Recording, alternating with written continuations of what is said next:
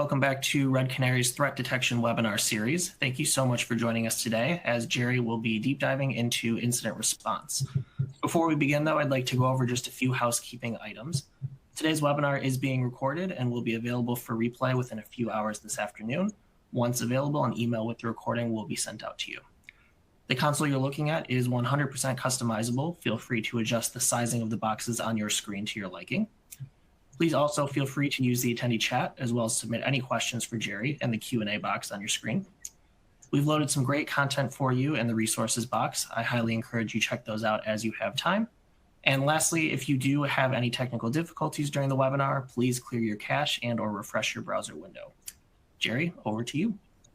All right, thank you, Adam. Thank you, everybody, for joining. What we're going to be deep diving today is really the concept of planning, preparation, and training, really keeping left of bang, which is a term we've kind of appropriated from the military in terms of everything that we can do pre-incident, really with the assumption that we may most likely have to face an incident in the future. So instead of really kind of talking about where forensics comes in and all of those different kind of right of bang, that detection and response, we're really focusing on really planning, preparation, and training. And we're going to deep dive each of those parts to really kind of give everyone here some resources, some ways of thinking, and maybe even some operational methods to really increase their ability to respond appropriately to incidents. By way of a quick introduction, my name is Jerry Johansson. I'm the Principal Readiness Engineer here at Red Canary. What is a Principal Readiness Engineer? Well, really, I work to develop detection and response solutions outside of what you traditionally think of as EDR-centered or XDR-centered types of technologies, really working on keeping left of bang. And that is really the focus of a lot of what we've been doing here in the last year. Prior to this, I've been in the industry about a decade, and prior to that, spent some time in law enforcement at the state and federal level, working in cybercrime investigations.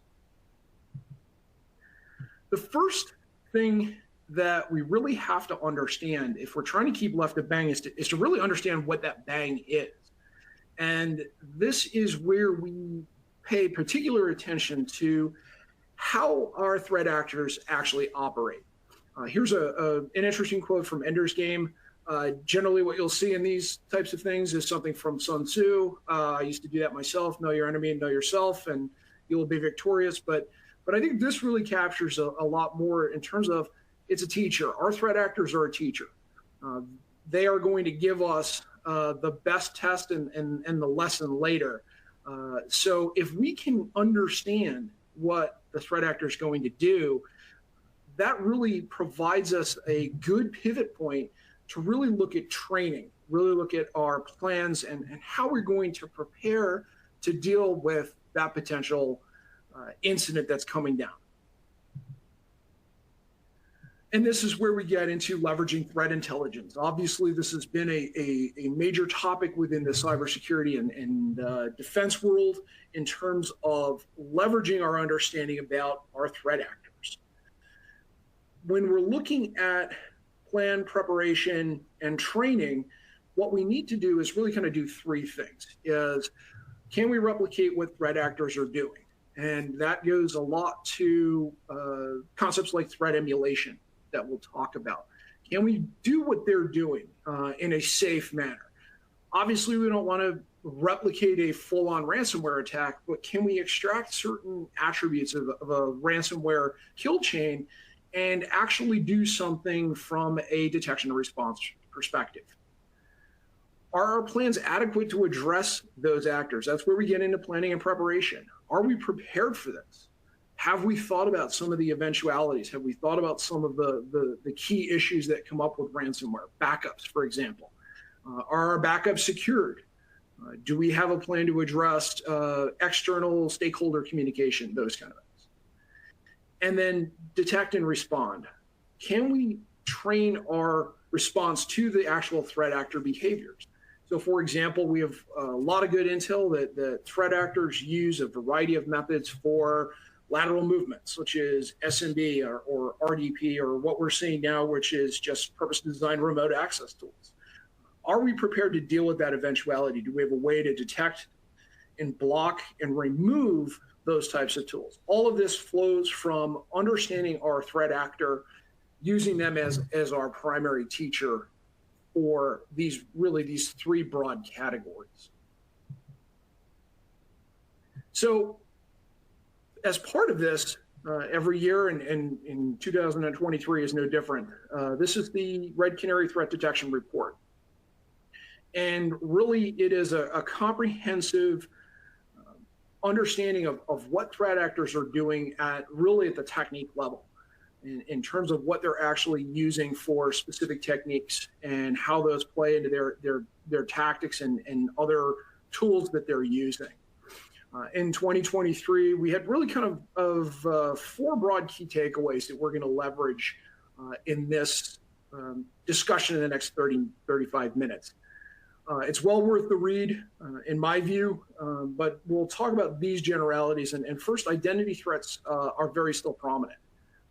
We're seeing from, say, marketing slogans or other types of marketing material that identity is the new endpoint. And that is, to a certain degree, very true.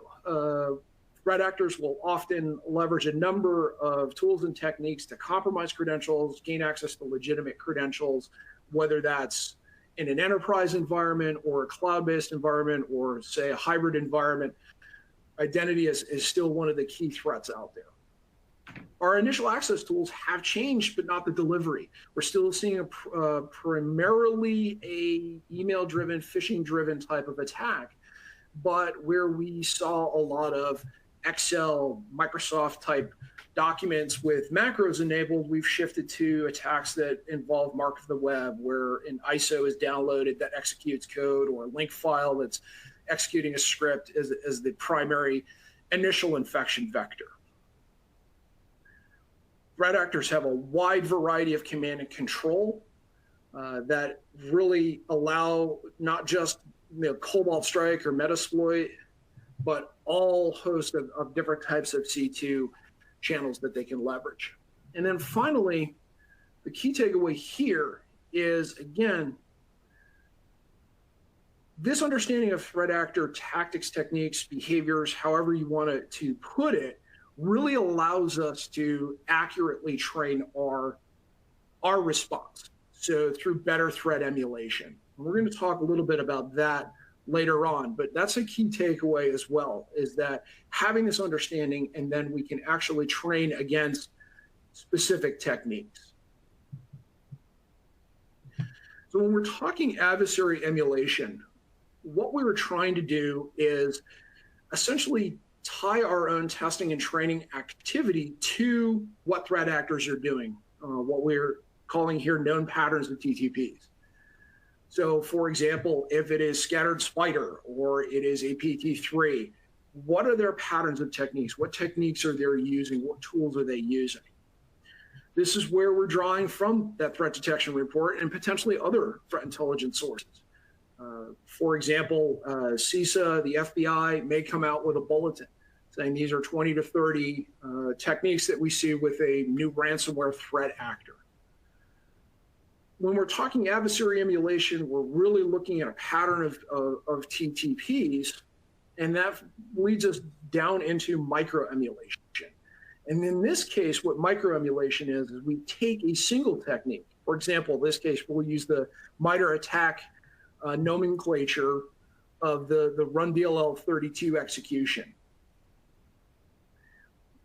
From here, we utilize that in our training, in our testing, really to validate our detection and response. And techniques like this, we have tools such as Atomic Red Team and Caldera that'll allow us to emulate at the atomic level, at the technique level, what's actually happening on the endpoint. And we'll get into a little bit of how to structure that approach to use micro emulation to better prepare and keep left of that bank. So if we look at an emulation, we may have a specific piece of malware. And we actually see this malware execute three different techniques: PowerShell, run DLL 32, masquerading. And then we can pivot into specific tests. Say with Atomic Red Team, we actually have tests that run specific types of use of PowerShell from a malicious standpoint. Same thing with Run DLL32, a legitimate binary, again, like PowerShell.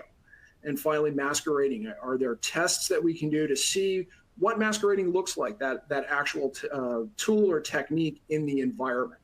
So this is where a lot of our emulation really comes into play, is understanding and breaking these down into techniques that we can actually test, as opposed to just saying, we'll see what we can see when it happens.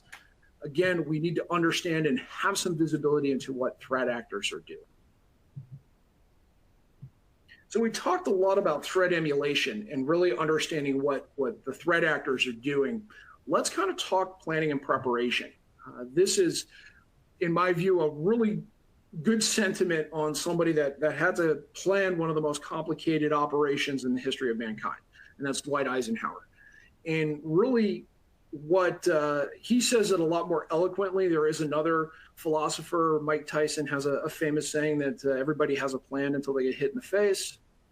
This is a little bit more detailed and a little bit more eloquent for that. But what we have to understand is that planning is indispensable, but understand that plan may have some deficiencies in it during an actual incident. But the actual process, the actual sweat equity we are going to put into our plans will really help us at the back end. So planning and preparation really focuses on four operational, or I should say four focus areas, one of those being operational. Let's talk about those four focus areas. At the strategic level, this is where we're going to have an incident response policy. A lot of organizations have a policy or some semblance of policy documentation. Make sure that there's an incident response capability built into that policy. The most common that you'll hear is our operational, that is our incident response plans. This is that maybe 20 to 30 page document that outlines a lot of the key details, the who's, the how's, the what's, all of that. At the tactical level are playbooks, and this is for responding to specific threats. We may have a playbook around responding to ransomware. We may have a playbook that's detailing what we need to do from a business email compromise. Think of playbooks as really kind of that whole spectrum, from detection and analysis all the way to eradication and recovery and post-incident activity. At the technical level are our workflows. These are basically 6 to 12 discrete steps for detection and response activities. And workflows go into the playbooks. The incident response plans coordinate those playbooks, and the policy gives people within the organization authority to act on those plans, playbooks, and workflows. So where do we see failures? One of the day-to-day aspects to the readiness team is working with organizations through tabletop exercises, and also working with understanding how they approach an incident. And where do we see failures? Obviously, this is going to be a little bit of a generalization, but commonly, this is what we see. Our policies are vague or non-existent. So one of the missing pieces of a lot of policies is authority for, say, the incident commander or the chief information security officer or the ISO to actually take unilateral action that impacts the entire network. So, for example, policy that does not dictate that the incident response commander can operate outside of normal change control procedures.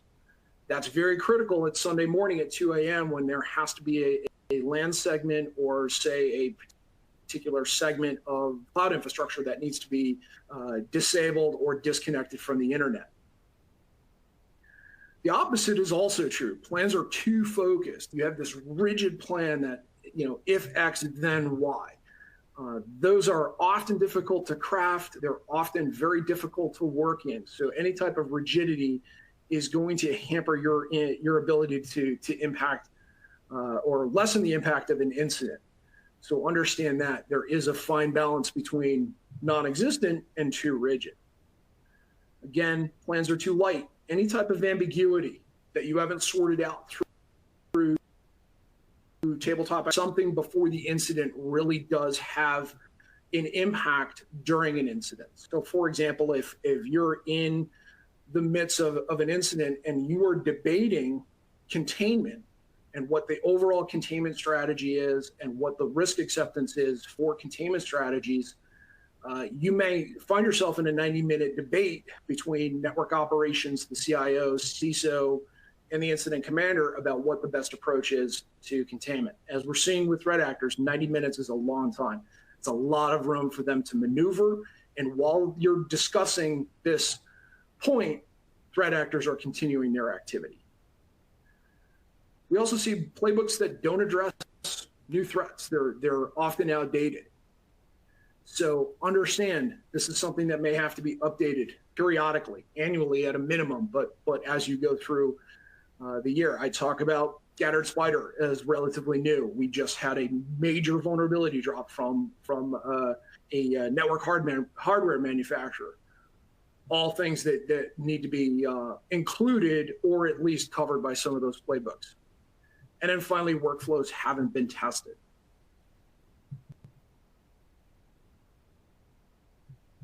So ideally, what do we want? For our incident response policy, this is a short 1 or 2 pages. It's a high-level approach to incident response. That's all it is. What we're talking about is the organization recognizes that the threats are real. This is the individual that's in charge of the incident response capability. This is their authority to act in certain circumstances, and they will be appropriately staffed. If you have compliance requirements, PCI, HIPAA, high tech, anything of that nature, you can actually ensure that the policy meets those requirements. Understand, though, that just meeting regulatory requirements does not necessarily mean that you're really prepared for that eventuality. It just says you meet a baseline requirement. The incident response plan. This is, as I said, the overall process, how we move through the RACI chart of who is responsible for what, when, where, how those are conducted, communications, who's responsible, for example, one of the things that is just outside of the technical realm, who is responsible for ensuring external stakeholders. Is there a process that maybe marketing and communication has to pass any language through to legal before it actually goes out to the public or the press? The incident response plan, think about focusing on inter-team or team of teams coordination. That's the big thing. You have a variety of teams from technical individuals that are potentially working on the network level. You have people that may be working on desktop and server restoring systems. Those people have to coordinate with security personnel who may be trying to do a root cause analysis. You have executive committees that are attempting to lessen the financial impact or potential legal impact. All of this gets coordinated through the incident response plan. If you're new to this, you don't have an incident response plan, or maybe you want to refresh yours, we recently released the incident response and readiness guide, and it provides a lot of good data on all of these major bullet points, along with other aspects that will really help you. Again, this is something that is available to the wider community. Feel free to take it and look at it and incorporate some of those into your own incident response planning. So playbooks. So right now we've got a really good corpus of different plans in preparation. Let's look at playbooks. And again, this goes across likely scenarios that we have. Generally, playbooks, you need about 6 to 10, depending on your industry. If you are, say, online retailer, you may have a playbook for responding to an intrusion into a PCI-controlled environment. If you're working in the ICS IoT space, you'll have playbooks for specifically moving from enterprise into an ICS environment. We want to incorporate detection and response actions. Those are the big ones. How would we actually isolate? How would we go about containing? How would we go about focus areas? How would you gather artifacts to do a quick triage or root cause analysis? These can be written processes. These can be simple swim lanes that you build in Visio or some other graph builder that walks through these specific workflows, puts them together so that you actually have a process that you can follow. Obviously, other technologies like SOAR platforms do a lot to automate building and actually executing these. So if you are at that stage and you think that that's something you can include, that is an option to look for in terms of building out those playbooks. And we talked about workflows. This is where we get the atomic level response. This is where we are looking at specific actions by individuals. So again, a technology or a process. Sometimes a lot of these workflows are informal. It is just, this is how we do it. Ideally, you want to lean towards formal written, just because in the stress of a situation, you very well may have to look things up. And again, in an informal process, that's where we increase the amount of time. So having it written, formal, really does lend itself to be immediately executable. So a workflow could very simply be north-south network containment. All right. So we have a playbook that is a command and control playbook. And what the playbook has is, detection and response personnel are looking through security onion or some sort of network IDS IPS. Threat intelligence indicates we've got a handful of systems communicating out to a known command and control server. What is the workflow to go ahead and contain that? Is there specific actions that have to be taken at the firewall? Are there switching that needs to be done? Is there isolation of just those endpoints for right now? And then a hunt that gets kicked off. So that's really what we're focused on, is very discrete, very atomic level actions that you're going to take. So moving forward, right, this is something that I like to say is it's incident response, not incident react. So our focus really should be on working forward with that initial access, recon, and lateral movement. That's where we should be responding to, because we don't want to be in the status of dealing with data exfiltration that's halfway completed or full-on encryption. So let's look at how we can move forward on all four of those. And that is our policy. One of the things I like to say is create a trigger for an annual review of your policy. So if you tie it to a specific threat intel report, right? Hey, if you want to do it to the threat detection report that we put out, awesome. I would love that. Basically, that creates a trigger for your annual review. Hey, we just got some new 90-page report on the new threats, all the things that are happening out on the ecosystem. Let's go ahead and just review our incident response policy. Does it match what's currently going on? One of the things that often happens is you've got roles that have changed. There may have been acquisitions. There may have been people that have joined your team. Doesn't reflect the current state of the environment. New tools. Is the authority still correct? You still have that authority. And then maybe there's regulatory changes that we need to update. Policies are very slow moving. You can update them annually and still, for the most part, be fine, as long as really that authority and what you're allowed to do is clearly defined. Your incident response plan, that's twice a year. So maybe you couple the incident response plan review with your incident response policy review at the beginning of the year, and then maybe tie it to a secondary report that drops 5 to 6 months later. Do we have that likely scenarios covered? Again, hitting on that authority. You're going to hear that a lot, is people need the authority to do specific things to lessen the damages. And again, regulatory changes need to be made. Generally, as a general rule, your incident response plan and policy very rarely change too much. Where you really fall into pitfalls, if there is any types of changes in the organizational structure. Again, we talked about the coordination of teams. So if there's changes in teams, maybe you went from a internal too busy with doing all sorts of of contract reviews. So they moved into, hey, let's bring in an outside counsel for, retainer that will take care of this. The inclusion of a cyber insurer very well may be something that the plan actually has to reflect. Playbooks. So we're focusing on MITRE attack tactics. So again, threat detection report, other threat intelligence is really good to look through and say, do our playbooks cover? Can we detect this? If we can't detect this, would we be able to respond to this type of threat activity, or at least identify it in our organization if it did actually kick off? We want to tie in those various workflows, and then we actually want to put into responding to those threats and focusing a lot on that technical work to make sure that it aligns with our specific threats that we're seeing.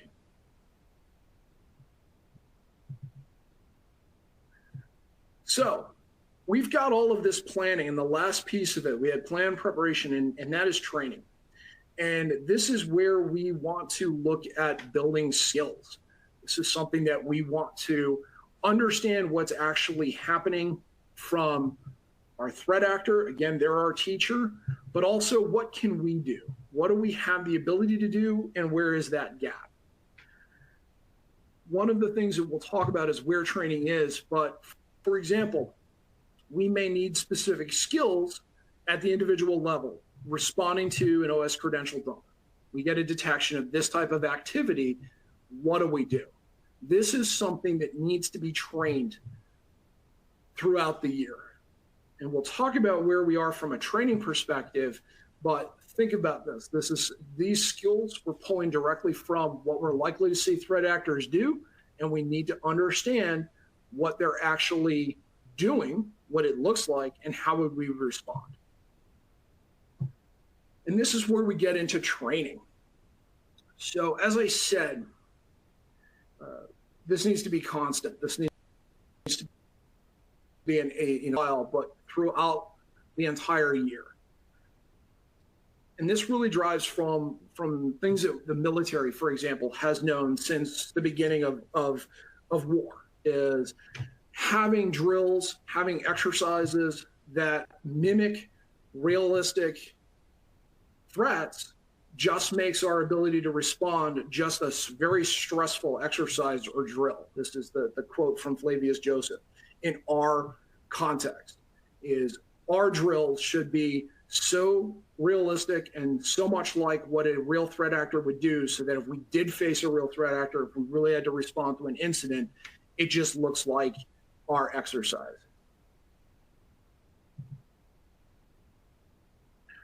Where are we, though, from current training methods? On an individual level, maybe you get in your budget some training from an external service provider. There's a lot of excellent, reputable training providers out there. You may have access to capture the flags, or maybe your personnel do self-directed training. One of the challenges with a lot of this is when budgets start to get a little constrained, we see the first thing that gets cut, right? Maybe training. So that really impacts our individual skill development. From a team development perspective, maybe you do an annual tabletop exercise. Again, focused on maybe coordination of larger teams. You may have access to a cyber range. You may just have ad hoc drills, or maybe you've actually gone through a real incident and you've taken the time to go through a lessons learned exercise. This is our current training modality. So instead, one of the challenges that we have is getting, again, to this continual training process. And in this case, what we're going to do is look at different layers of training that we can actually use. So the first thing, and I put out one per week.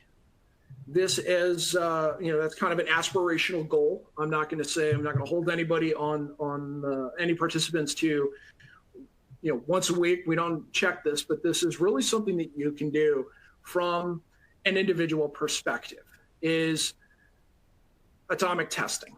And this is determining if, hey, our detective controls can identify and potentially security operations can identify a threat that actually executes in the environment. So for example, you may not have SIM coverage, but if I handed you, say, the event logs from a system, you may identify what's actually happened on this endpoint. Or maybe we execute this and see what the EDR tool is telling us and what would we do to respond to this. So for example, we have our process is we're going back to that micro adversary emulation. So in this case, we're going to use a single technique or atomic red team test.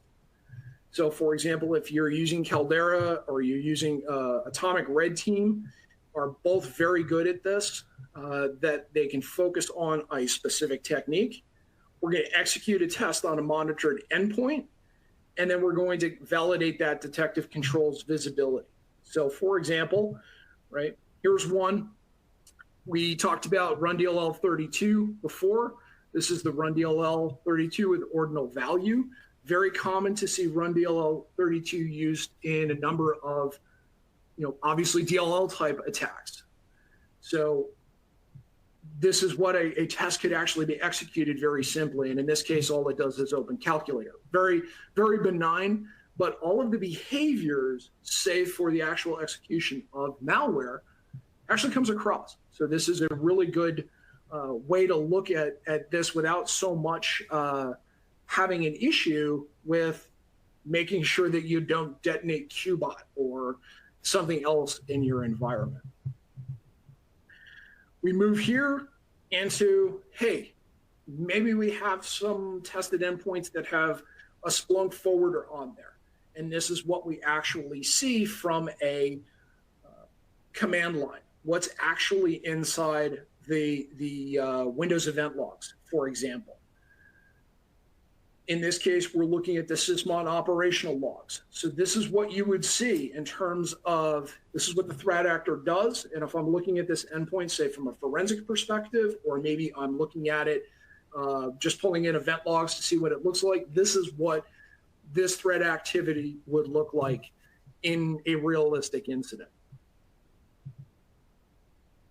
So detection validation is one of the key points of this process. And in this case, one of the keys to recommend is actually tracking where you are with this.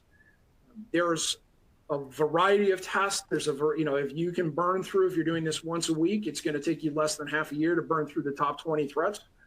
If you're doing one or two of these a week, you're going to be very quickly into more unique or more threats that are not necessarily well seen, but we actually do see in environments.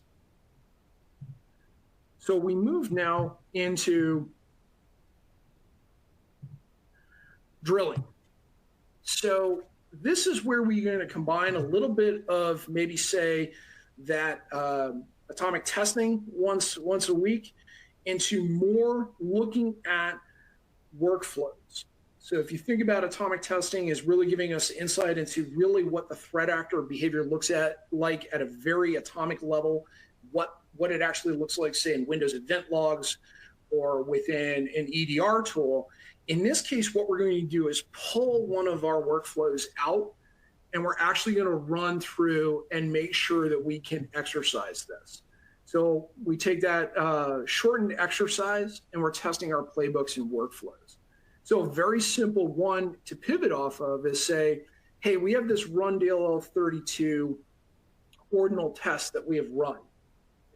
And this actually pops on one of the systems. What's our workflow? What workflow are we going to use? Well, in this case, this is a common execution method for executing malware. So we may have an issue where we have to contain an endpoint. We may have to work through isolating, containing, and then maybe doing some analysis. So all of those are workflows that would all pull in together into, say, a playbook that's focused on malware execution. Sometimes you can add a larger context incident like a localized ransomware, something of that nature. as I said, incorporate that atomic testing, give you something to pivot off of. I also have network containment here. We have command and control tests within the atomic red team framework that we can actually execute. And then, okay, if we got this alert or we're looking at this endpoint during a threat hunt and we observe this behavior, what's our next course of action? Well, we need to turn to the command and control, the stopping command and control playbook, look at the workflows at network level command and control traffic, and what do we do here to execute? What we're building through this once a week, once per month modality is muscle memory, is being able to actually execute under stress versus trying to figure out how this all works during an actual incident. So let's say we focused, maybe we've run about 20 different, we've run through the top 20 threats that we've identified that impact our environment. We've done maybe a handful of drills, 4 or 5. Let's look at a tabletop exercise. So now we're taking all of that interaction that we've done at various team levels. We have individuals that are executing atomic testing. We've got atomic drills. Now we get into tabletop exercises. This is where we're taking a larger view of the incident. This is all of the coordination. This is where we may have to bring in a facilitator, somebody from the outside, or maybe who has some sort of operational separation from other business units. Maybe the CISO does this. We have injects and ad hoc information. So we have injects. So for example, maybe our current incident response plan has Jane, who is in charge of network operations. Well, maybe Jane is out on the Appalachian Trail or out in Death Valley hiking or taking a vacation and is off grid, no cell service. That's something that we want to know. Do we have a backup for Jane? Well, it's Dave. Dave is here. Dave can respond. Again, the incident response plan focuses on coordination. Our tabletop exercise should be testing that coordination. That should be testing the team of teams, working with all of those different elements so that we really have a clear idea what's actually going on in the environment when we're actually doing an incident response, so the teams work very well together. I will say, in my experience working as a provider for incident response services, stress is the big thing. The big factor that's going to really impact is the amount of stress involved. All of these are about putting that stress, obviously can't get rid of it, but training through it so that it doesn't have the impact that if you haven't trained it. And then try a capstone exercise once a year. Purple teaming is something that I think is really starting to coalesce. You may want to do a purple teaming. You may want to do a true threat actor adversary emulation, where you have a external service provider, and for 3 weeks they're going to attack your network live. Maybe a very hard sell for the CIO, but maybe you take a step down and go into a purple team exercise. Really what a capstone exercise does is really to validate everything that you have done throughout the year.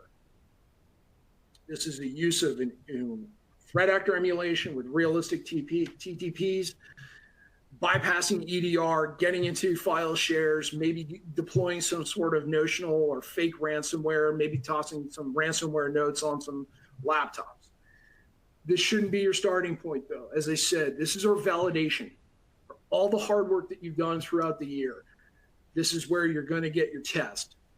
This is where the threat actor and proper emulation is going to give us that key data points. Are we able to respond? Are our workflows, are our playbooks working? Does the incident response plan afford us all of that coordination? Are we able to coordinate effectively? And do the people that are responding have the necessary authority to operate, the necessary budget and training to operate? So as you see, we can see this is just kind of a sample. If you're looking for a breakdown, all really about building in motor muscle memory and getting to the point where you can execute without too much of the stress of an actual incident really hampering your ability to respond. So putting it all together, I'm going to walk through a really short drill and utilizing the threat detection report to kind of give you a starting point if you want to just start taking this and start doing this today. So we're going to go ahead and go to the TDR. We're going to look up a threat. We're going to go to the atomic red team. We're going to download and execute a test. We're going to verify our detection and then look at what we need to do to respond to that. So in this case, we're just going to pick ad search. Overall ranking number 3. It's in the threats ad search. Let's look at it. This is some really good data. This really says, hey, maybe this is something that's really been an issue with our organization, or maybe there's something else that we haven't really thought of. Like, we've really never thought of this. Maybe there's an issue that we have to address here. So we've got a number of different things that are going on in terms of what ad search is doing, but this gives you some real good information. So we're going to go ahead and take that, and we're going to go ahead and dig a little further into our reporting, and we see that, hey, there's an actual atomic red team test that we can do. And in this case, it's going to modify the registry. Really good execution persistence tactic that we do see. So maybe very difficult to detect, but let's kind of look at it. So we're going to pivot from that threat detection report over to atomic red team. And as you can probably see, all of the links are provided for you, so you can actually follow through with this. But essentially what we're going to see is a VBS file run from the startup folder. And we want to see if that's going to be something that we want to have some visibility into. And in this case, we just go ahead and execute. We see this, the proper execution. This is all we're going to get.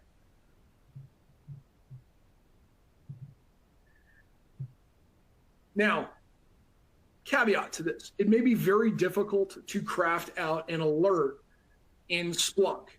One, a lot of organizations are not pulling absolutely every Windows event log into their Splunk. I think the licensing requirements alone would drive that insane. The other is some of these are very specific, so having in a production environment may be very difficult. The value here is understanding what this actually looks like, so that if there is an investigation, you are responding and you're running through the startup folder as part of a registry analysis, and you come across something like this. That's the real value here. Now, if you can pull all of this in, say, in your testing system, all very good. But understand that this isn't about, say, hey, we need to write a detector and pull in every registry right into our Splunk. That's near impossible. What we're really focused on is, if I were to look at this command line and I saw that in Splunk, for example, here, if I saw this command line in Splunk, or I saw this command line in an event log or something like that, a data source, do I understand what I'm looking at? And that's really where this gives you some realistic data on, this is what this threat actor activity actually looks like. So very good for understanding that. It's, as I said, I'm setting expectations. It's near impossible to pull all this data into Splunk. You may want to set up a Splunk instance or an Elastic instance. Just makes it easier to see what threat actor activity looks like. But the value here is being able to, if you came across this, understand what you're actually looking at from, say, the command line, or what this actually looks like from threat actor activity. So, big questions. What does this alert tell us? All right, we're identifying that type of threat. This is something where you can do a pop quiz on people. If you're a security operations manager, or maybe a principal analyst, and you have some junior people, hey, run a test, give them the Windows event logs, or give them access to the Splunk. Say, hey, what does this tell you? What does this tell you? What do you think we should do here? What are the initial actions to take? Okay, here we've got a workflow that says we isolate the endpoint. This is behavior that we don't want to see. We're digging into it as a VBS script starting from the startup folder. Not good. Hey, is there a possibility to extract additional IOCs? We may have a file name. We may be able to grab the VBS script and decode or something of that nature. And then maybe what's our next workflow? What's our playbook? What do they say? Well, we need to reimage the device. So all of this comes in together so that very quick, as you said, this could take us maybe 10 minutes. Really good way to get some reps and really good way to maximize the amount of time that we have. So how to work through this? We covered a lot. Putting it all together. Extract those threats from the TDR. Doesn't necessarily need to be the TDR. It could be any type of threat intelligence, out of band or in band. You get a regular update from somebody, or maybe you get the CISA FBI alerts that come through. Extract those threats. See if you can identify where those are coming from. Define an emulation plan with Atomic Red Team. If you have access to some more sophisticated stuff, maybe you want to use Caldera. Maybe you want to use all the tools available. Execute the test. Verify detection. Maybe your EDR can do it.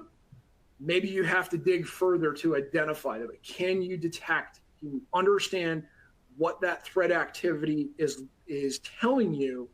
And then that should allow you to pivot into the playbooks and workflows, which is what our additional response actions are once we detect that type of activity. So I think we have some time for questions. I'll kick it back to Adam to see if he has any from our attendees. Absolutely, we do. We still have about 13 minutes or so. So if you do have a question, feel free to drop it in that questions box on your screen or via the chat, and we will get to as many as we can.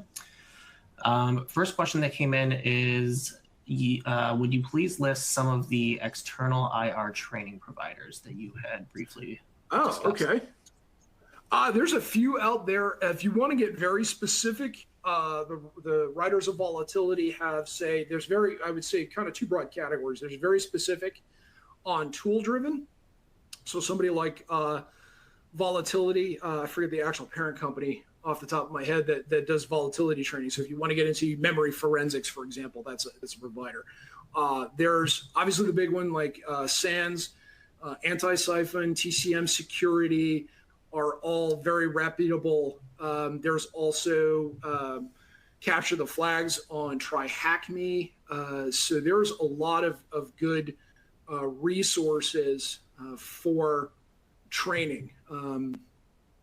There's if you look up on GitHub and type in awesome incident response, there's some really good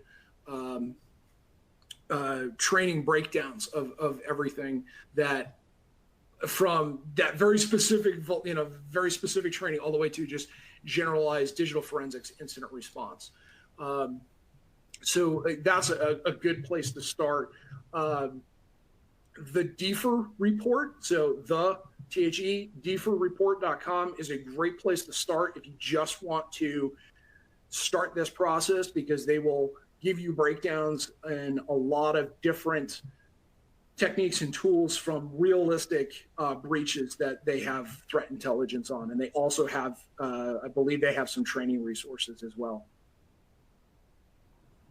Perfect. Seeing a lot of engagement around Atomic Red Team. So a couple things. Our next webinar in this series is November 1st, and that is specifically geared towards Atomic Red Team. So if you are not subscribed to our threat detection series webinar series, go ahead, hit that subscribe button on your screen.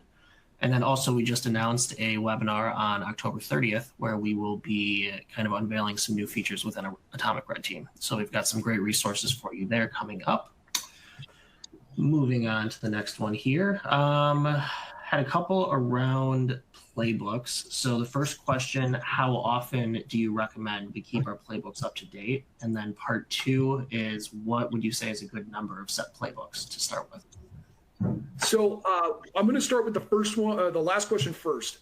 Look at what are the common scenarios. I generally hover around between 6 to 12 specific playbooks around ransomware, malware execution.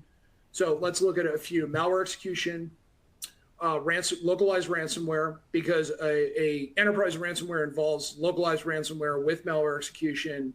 So a lot of these fall into business email compromise, DDoS, command and control, and then kind of a playbook around lateral movement is another good one.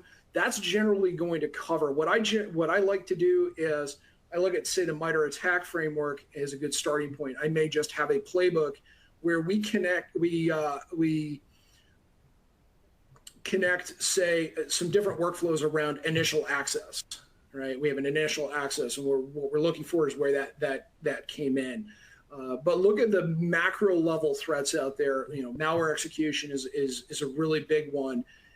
Generally, you catch something later on. So one of the other things is you may have other playbooks, such as you have honeypots or honey accounts in your environment. You should have a playbook that if your honey account is used or your honey pot is popped, what's your playbook for that? Because here's the big difference. If you have one malware execution and you're immediately isolating that honeypot, it's starting to lose its value very quickly.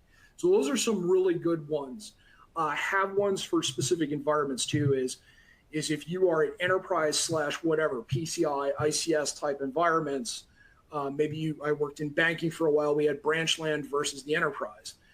I had playbooks specifically if we find a threat in branch land versus enterprise, because the damage they can do, say, to the ATM LAN is different from the damage they can do in an enterprise. How often they should be updated? At least twice a year. I would say if you've got new threat intelligence coming out on a regular basis, maybe quarterly, just take a cursory review. It takes you 10, 15 minutes. But at a minimum, try to shoot for about twice a year. All right. Another two-part question here, but I'll go one at a time. How can atomic tests live in a machine that has MS Defender and exclude the directory? And if so, how would the detection occur if you exclude that? So there's two ways to do this. What I like to do is actually run, if I'm strictly looking at this from a response perspective, what evidence is going to be left on the system, I'll actually shut Defender off at the group policy. If you're looking to validate detection, you would actually run it with whatever you're using as an EDR or detection mechanism. I will say there are tests that will fire that will bypass NDE, which is also a good lesson. ART is both a detection validation tool, it's also a training tool.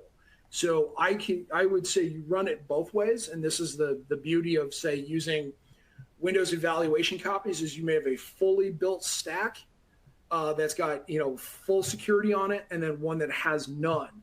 It's still good training value, and also if you're dealing with tests that will not necessarily execute a detection in MDE, so that goes to, say, detection validation. So this is the beauty, is you can run it different ways on different endpoints at different levels of security to really kind of get an understanding of what your environment, what threat activity is going to look like.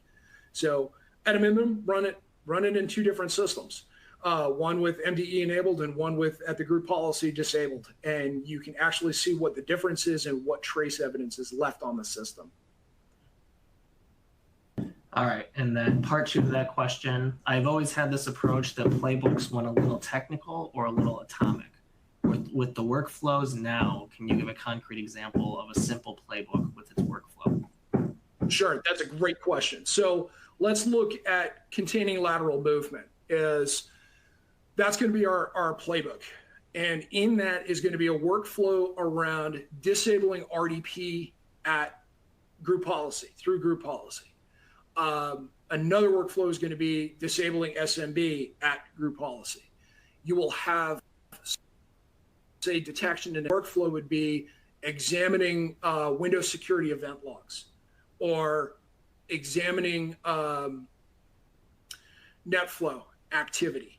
So that's, say, our detection and analysis is, say, we're seeing some weird behaviors. A workflow would be, here's our analysis workflow. We have Stealth Watch in the enterprise. This is what we do. We look for specific activity around 3389 or 445. That's a workflow. Then another workflow is going to be, okay, if we identify RDP, what's our ability to disable at GPO? If it's SMB, what do we do there from a GPO setting? And then eradication and recovery very well may be, now we have to go into that endpoint and eradicate malware that's on there. So you may be calling in additional workflows from other areas, but that's how you string them together into a lateral movement playbook. For those of us who do not get the luxury of wearing a single hat, when will Red Canary start offering, quote, Red Canary boot camps to actually measure our maturity level in us in the art of response? Okay, I don't have an answer for you, but I am going to take that because I'm the exact person you want to talk to about the new thing. So I'll take that as I'm actually going to, I think I found that question here. I'm going to actually see if I can copy and paste that.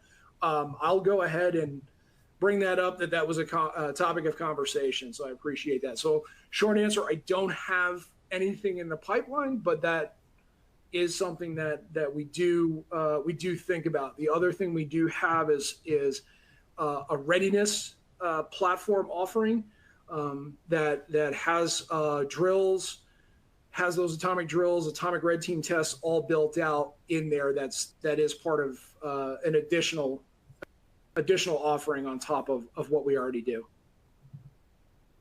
If you want to reach out to me directly, my email address is up there. Feel free to just hit me up and let me know, hey, I was the one that asked the question. I'd be happy to kind of actually have that conversation offline, because I'm really curious as to where that conversation is coming from and kind of what's driving that. So I appreciate that. So feel free to email me and we can get some time.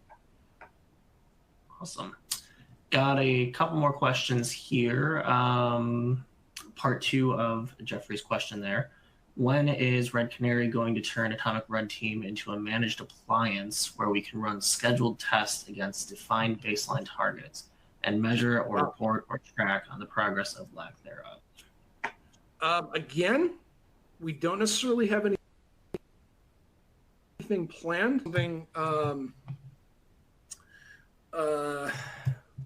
I will say that is something that has been talked about. Again, maybe if Jeffrey, right, can actually maybe hit me up, and I'd like to have a little bit wider conversation. I don't think I can give a good answer in the next 90 seconds. I think this is something that it's top of mind for a lot of us on kind of how to enable this process a little bit better. So I definitely would like to speak to you about it. Perfect. And we got time for one more question here. Do you know if Atomic Red Team tests will work in Mandiant SAC validation? MSV is software used for continuous SAC validation. I don't know that.